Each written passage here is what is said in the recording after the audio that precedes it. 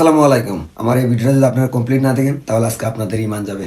কারণ আমাদের বাংলাদেশের এখন বর্তমান পরিস্থিতি তাই ক্ষমতার জন্য হারাম হালাল হচ্ছে, হাদিস পরিবর্তন হচ্ছে, মোল্লারা চুপ থাকতেছে, জায়েজ না জায়েজ হচ্ছে, না জায়েজ জায়েজ হচ্ছে, সঠিক বেঠিক হচ্ছে, বেঠিক সঠিক হচ্ছে। বর্তমান বাংলাদেশের ইসলামের অবস্থা ঠিক এরকম। তাই আমিও বলতে পারি যে আমার ভিডিও যদি আপনারা কমপ্লিট না দেখেন তাহলে আপনাদের ইমান নষ্ট হয়ে যাবে। এবার আসেন মূল আলোচনায়। আপনারা তো সবাই এবার ঈদ দেখেছেন। বর্তমানে এনজিও সরকারের প্রেস সচিব ডাস্টবিন শফিক বলছে এবারের ঈদ বাংলাদেশের শ্রেষ্ঠ ঈদ হয়েছে। আমিও প্রথমে তার কথা বিশ্বাস করি নাই, কিন্তু এখন আমার পরিপূর্ণভাবে বিশ্বাস হয়ে গেছে এবারের ঈদ ইতিহাসের শ্রেষ্ঠ ঈদ হয়েছে বাংলাদেশে।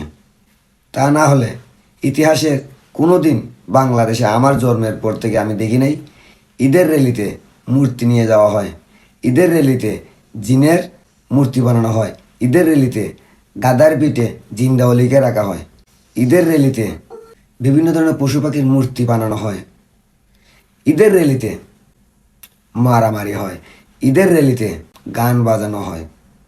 এবার আপনারাই বলেন, আপনাদের জন্মের পরে কোনো ঈদের র্যালিতে এ ধরনের আয়োজন কি দেখছেন? অথচ আমাদের দেশের মোল্লারা হাদিস দেয় বঙ্গবন্ধুর ছবি, বঙ্গবন্ধুর মূর্তি রাখা যাবে না, ভাস্কর্য বানানো যাবে না, ভাস্কর্য হারাম, মূর্তি বানানো হারাম।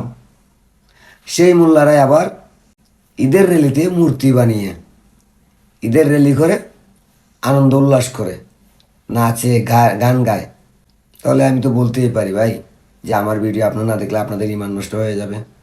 আছে কোথায় মামুনুল হক 503 নম্বরের বিশিষ্ট গেস্ট, আজকে কি মূর্তি হারাম না, মূর্তি কি আজকে হালাল হয়ে গেছে? কোথায় আজকে কাট্টসি একটা মোল্লা আছে না, ওই মোল্লার নাম কি জানে, মাদানি। এই মাদানি কই?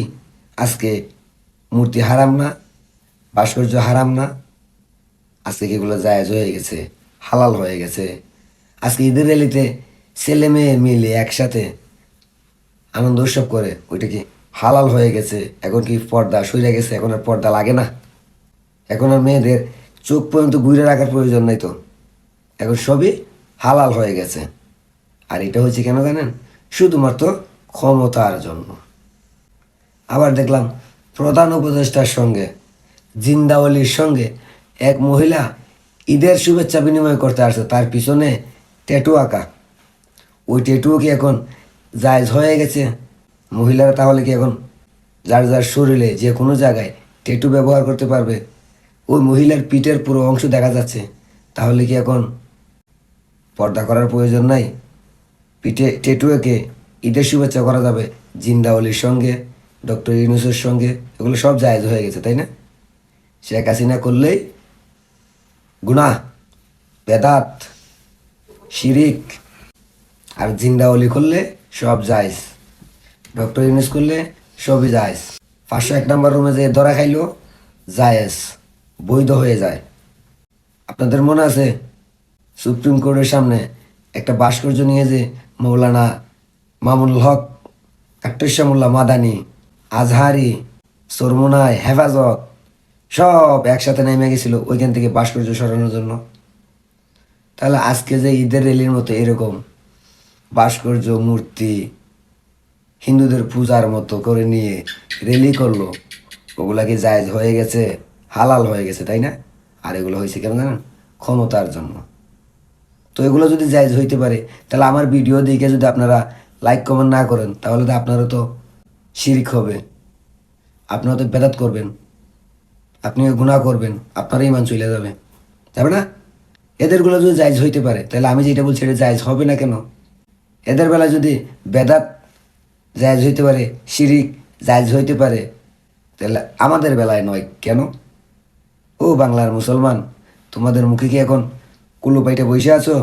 আর তোমরা তো বসে থাকবাই, কারণ তোমাদের যারা নেতা তারাই তো এখন ভাস্কর্য মূর্তি নিয়ে আনন্দ উল্লাস করে। আপনার মুখে কুলো পাইটা বসবেন না কেন? এ হচ্ছে বাংলাদেশের ঈদের আমেজ, যে আমেজে আমাদের বাংলাদেশ হচ্ছে নতুন ইসলামিক রাষ্ট্র, যে রাষ্ট্রে ক্ষমতার জন্য সব কিছু জায়েজ।